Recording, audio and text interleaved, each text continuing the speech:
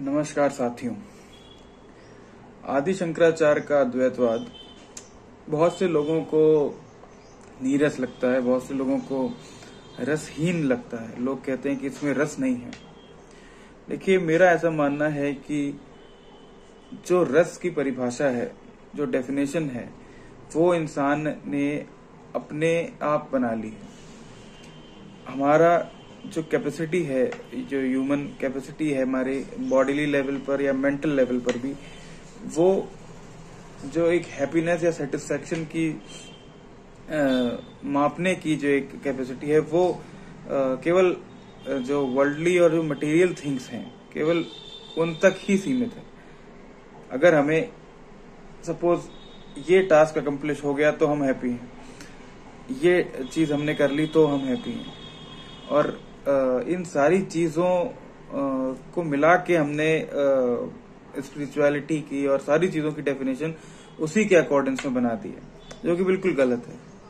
आदि शंकराचार्य का जो अद्वैतवाद है, वो इंसान के सारे भ्रम दूर कर देता है। जिन भ्रमों में हम जी रहे हैं, जिन भ्रमों को हम सच मान के जी रहे हैं, और मोस्ट ऑफ द टाइम होता यह है कि इंसान जब उसकी थॉट्स को, जब उसकी आइडियोलॉजी को, जो बहुत लंबे समय से बनाए हुए है, उसको कोई जब चैलेंज करता है तो वो या तो उसके विरोध में आ जाता है या उसको झुठला देता है। तो आदि शंकराचार्य को, और बहुत से लोग मायावाद कहते हैं अद्वैतवाद को, मुझे लगता है कि अद्वैतवाद मायावाद नहीं है। Although I consider all the branches of Vedanta as interrelated to each other. मुझे लगता है कि सब में एक ही बात है, बताने का तरीका अलग है।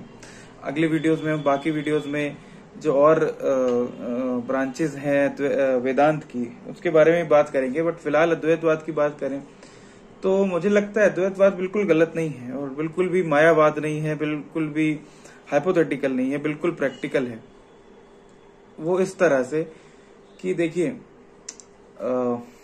हम सब जानते हैं, हम सब देखते हैं कि लाइफ कितनी फ्रेगाइल है, लाइफ कितनी अनसर्टेन है। हम रोज देखते हैं कि लोग मर रहे हैं। आप आज किसी से मिले, कल उसके साथ कुछ मिस हैपनिंग हो गई। तो कहने का मतलब ये है कि जब इंसान की लाइफ, जो लाइफ नहीं है तो सब कुछ नहीं है, हम सब जानते हैं। जो लाइफ है वो ही सर्टेन नहीं है, वो ही उसकी लॉन्गिविटी का कुछ पता नहीं है किसी को। तो और चीजों के बारे में दुनिया की जितने अकम्प्लिशमेंट्स हैं, जितनी मटेरियल अकम्प्लिशमेंट्स हैं, जो भी वर्ल्डली जो कुछ भी आप देख रहे हैं, सारी चीजें, वो कैसे, उन पर आप कैसे भरोसा कर सकते हैं।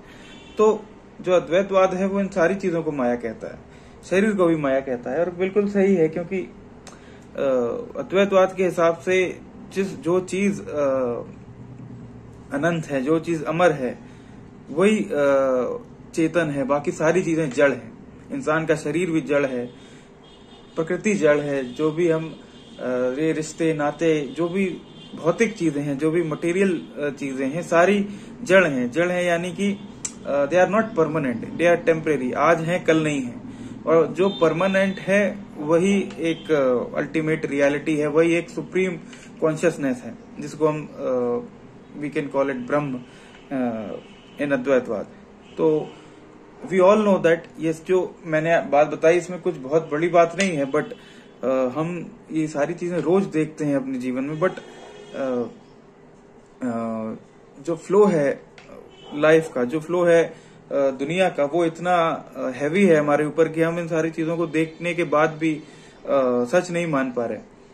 और the world is actually designed this way, because अगर सब रियलिटी जान लेंगे या रियलिटी जानने की तरफ चलने लगेंगे, तो जो ये दुनिया है, इसका जो प्रपंच है, वो रुक जाएगा। तो ये सारी चीजें सब लोगों के लिए नहीं है, ये तो बिल्कुल सच है।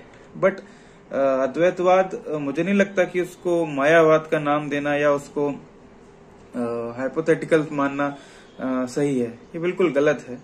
अद्वैतवाद आपको आपकी ट्रू सेल्फ से आपका परिचय करवाता है, आपको बताता है कि आपको कौन है। और एक बात और यहाँ पर कि बहुत से लोग कहते हैं कि आदि शंकराचार्य को या जो भी लोग अद्वैतवादी होते हैं उनको नास्तिक कहते हैं। मुझे नहीं लगता ऐसा है। अगर ऐसा होता तो आदि शंकराचार्य भजगोविंदम की रचना नहीं करते,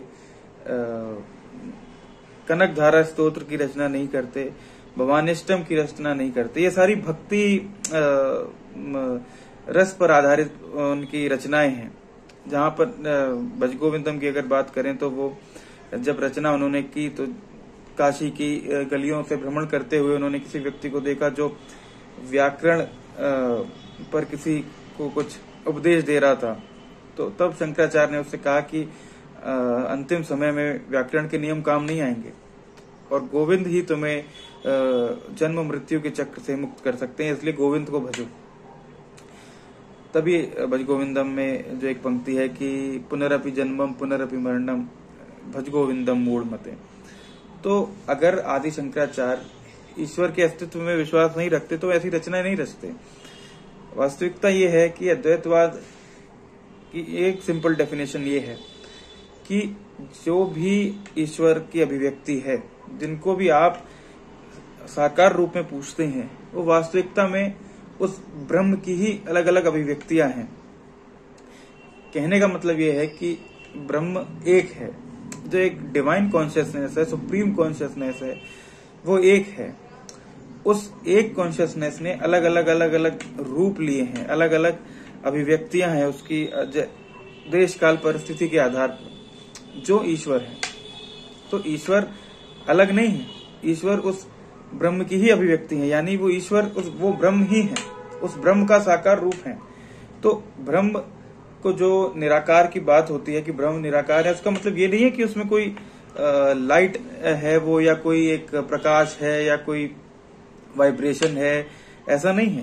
निराकार का मतलब ये है कि वो किसी आकार में बाउंड नहीं है, किसी आकार में सीमित नहीं है, वो अनंत है, वो कोई भी आकार रख सकता है।